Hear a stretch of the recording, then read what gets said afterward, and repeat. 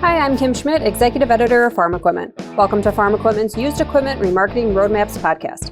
In this episode, host Casey Seymour of Moving Iron LLC and guest Chip Nellinger of Reef Agri-Marketing discuss the commodity market, starting off by talking about the wheat market and conditions in Argentina, Brazil, and the Black Sea. Let's jump in as Casey and Aaron start off the conversation discussing the wheat market before moving on to the beef market.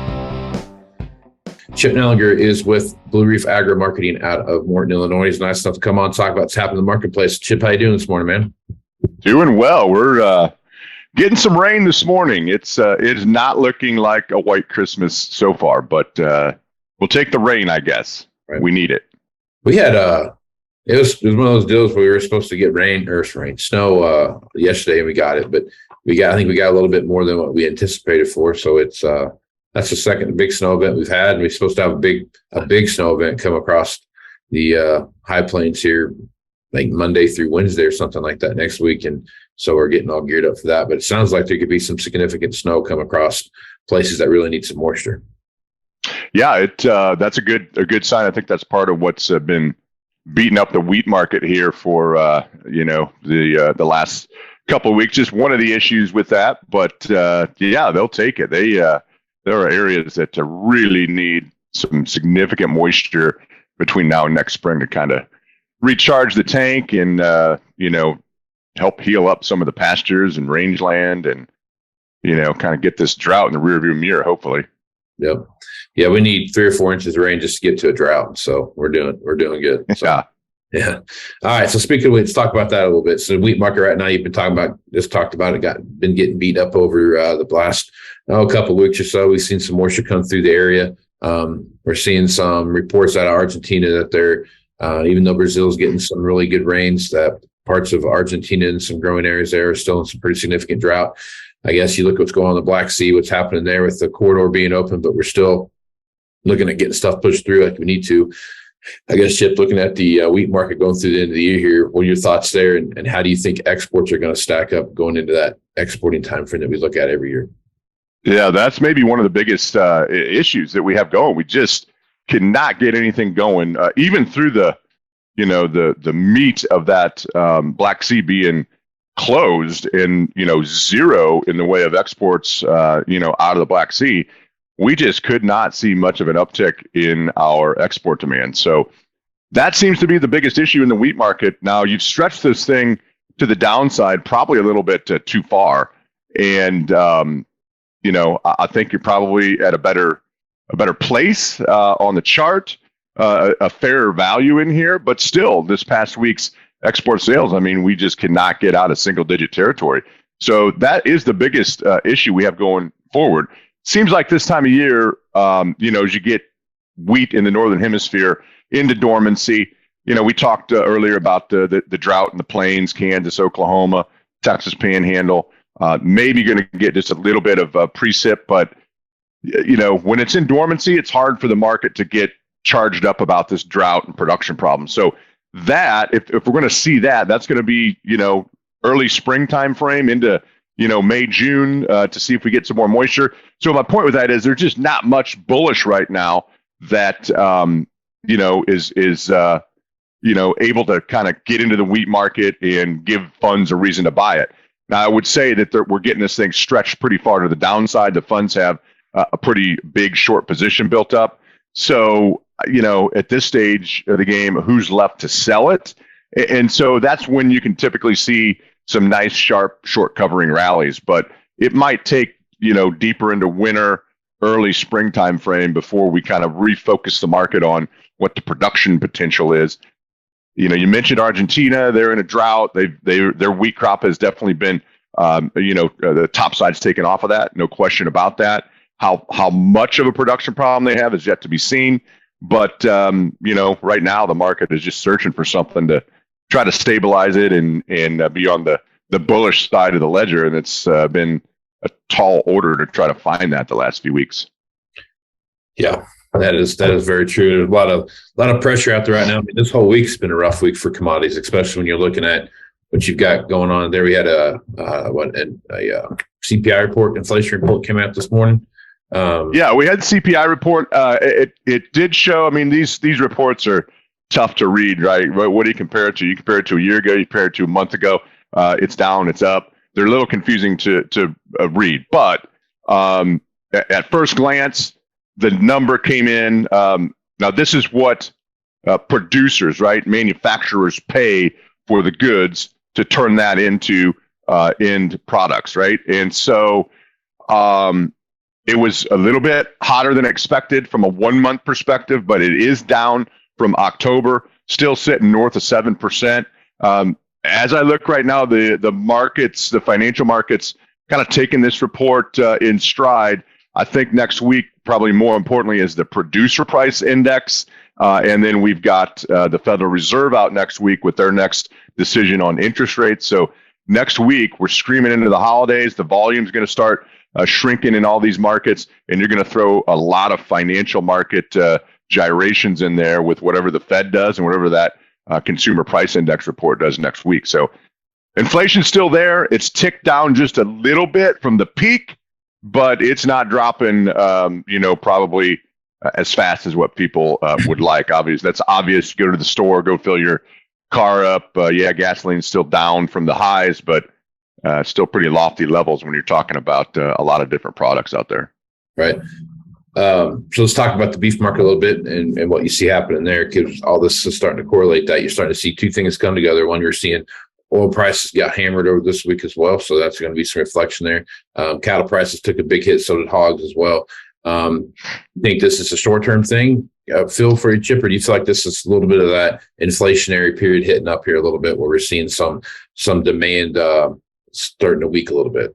Yeah, that's going to be the battle as we go forward into the first half of next year. The next 2 or 3 weeks, as we kind of get through the holidays, it's always a tough time for the livestock markets and the retail meat markets. A lot of that holiday type buying, is kind of in the rearview mirror now. And so you get some fluctuations. We had some big swings in box beef, higher and lower the last few days. So a lot of volatility starting to rear its head. But this is the real struggle. The beef market and pork, to a lesser extent, is going to fight into the first half of next year.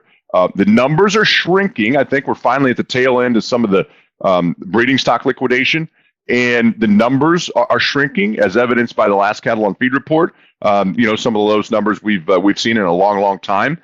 And so fundamentally, the things look pretty good out in the first part of the year. But the question is, you mentioned the crude oil market getting beat up. We're just barely above, or I should right now just a touch under 72 on crude oil prices. That's down from north of 80 a week and a half ago. And the crude oil market's kind of, I think, pricing in the possibility of a recession in the first half of 23. So that's going to run, right into the brick wall of our cattle inventories that are shrinking, what should be very bullish. Are we going to be able to hold the demand together? So that's going to be the real dilemma that we're going to be talking about a lot, I think, over the next 6 months. Can we hold the demand base together? Export sales this week were abysmal on both pork and beef. That could be a seasonal type thing as well. It's just a one-off.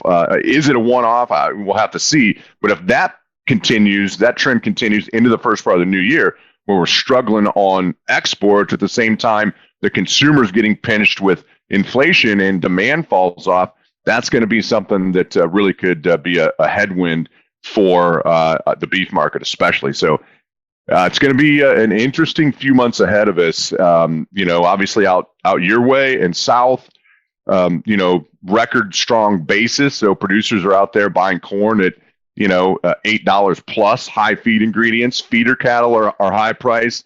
Pasture conditions are atrocious.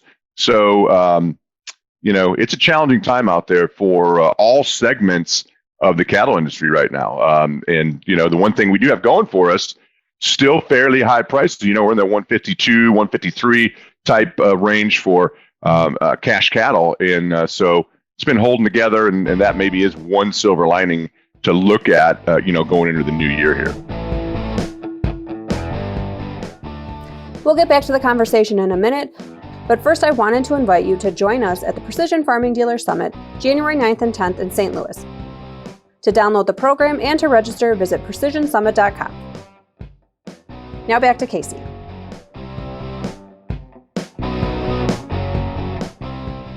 So let's talk a little bit about what's happened over in China. So we saw 2 days ago, a headline came out that China had officially weakened its stance on COVID-19 lockdowns, and they're going to really take those off a little bit. Obviously, there's a big thing to go there, but now you're starting to see all these reports come in where China's cutting demand on cotton, they're cutting demand on soybean meal, and all those kind of things that you see that they have because of where their economies are right now.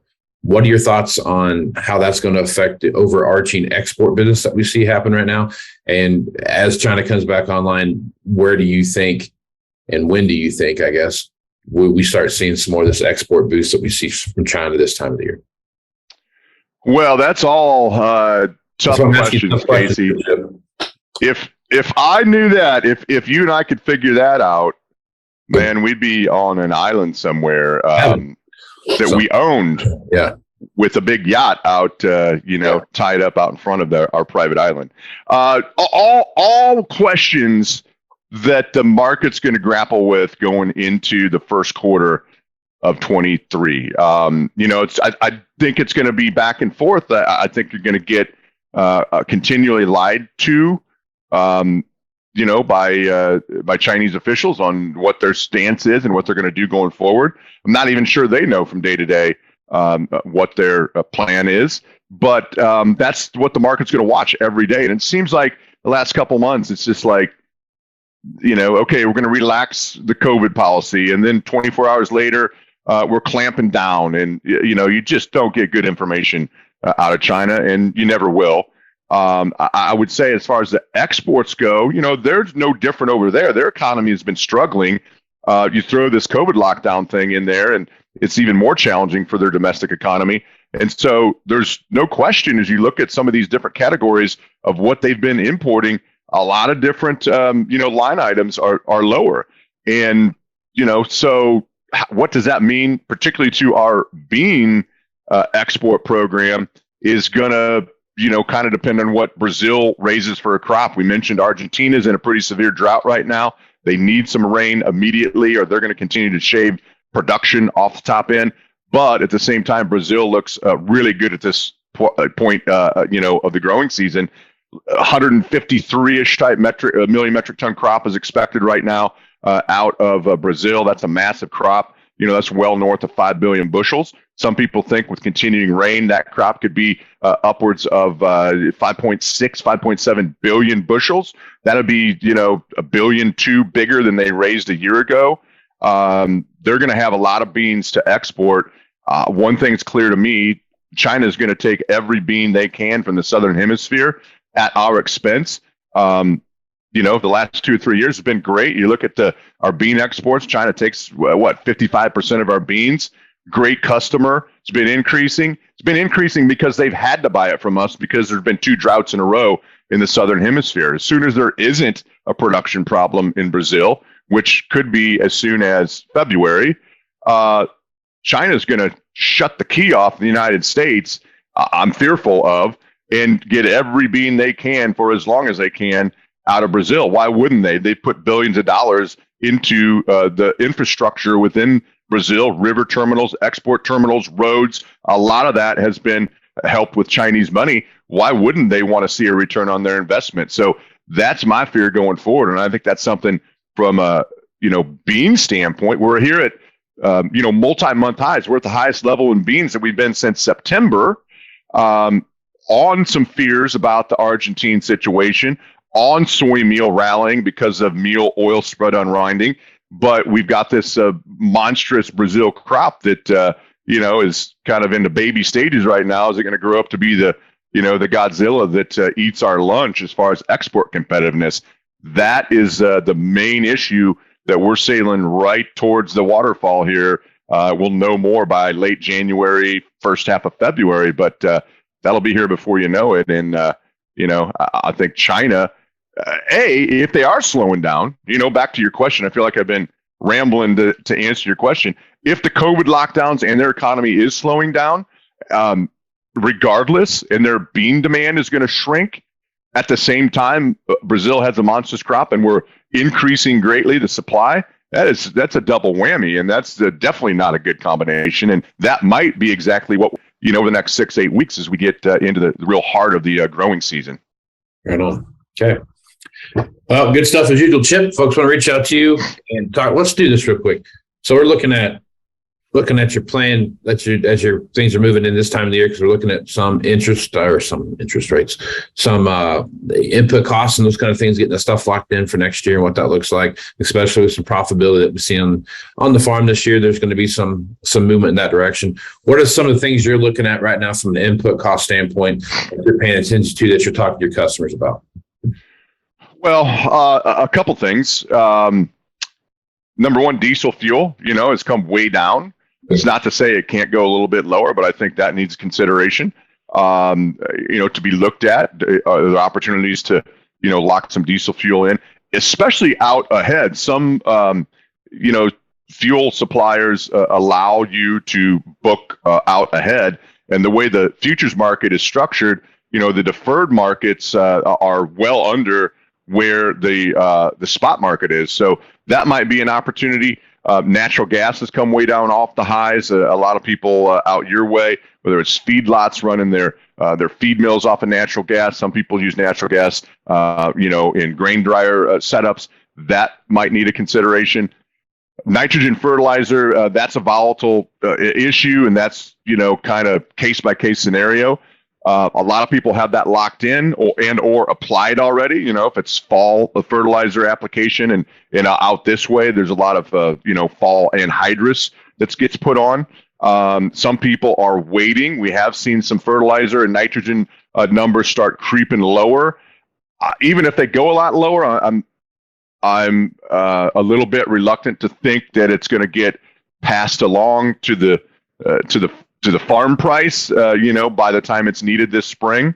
So, inputs are really something that everyone's going to have to struggle with this year. There's no question about that. We've been doing with our customers a lot of number crunching, and it's really going to boil down to the type of land that you're on and your yield potential.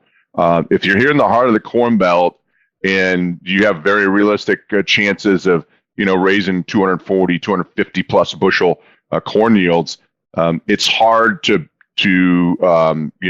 get the numbers to swing to beans. But in my mind, that's only 30 million acres maybe at most. Between corn and beans last year, we planted 180 million acres almost. And so the big, majority, 2/3 of those acres, if your corn yields are a little bit lower and your bean yields are pretty stable, there's going to be a real fight for acreage. So I think the take home is inputs obviously a lot higher than a year ago. We need to really put a pencil to it and figure out what works for our operation. It's going to be the highest priced corn crop to plant that we've ever seen. With that being said, we're at the second highest new crop corn levels that we've ever seen for this point on the calendar, and the highest new crop bean levels that we've ever seen at this point in the calendar too. So we do have some fairly high, new crop commodity prices to help cushion some of these higher inputs. But this is the time of year to really put a pencil to it, really get a plan in place, and be ready, to execute that. And there might be opportunities. We might be staring opportunities right in the face right now. We've, from these new crop beans at the $14 level. That seems to have been the cap recently, and that's a profitable level almost any way you dice it, and not a bad place to start in our opinion. But you got to crunch those numbers. You got to know where you're at. You got to have a plan, and then be ready to execute that thing when you get opportunities. Right on. All right, good stuff as usual, Chip. Folks want to reach out to you and get more information about what it is you're doing at Blue Reef Agri-Marketing. What's the best way to do that? Best way is just give us a call at the office, and that number is 309-550-7213. We'd love to chat with you. Right on, man. I appreciate you being on the podcast, Chip. You bet. Take care, Casey. Thanks to Casey and Chip for sharing their conversation with us. You can keep up on the latest industry news by registering online to receive our free newsletters.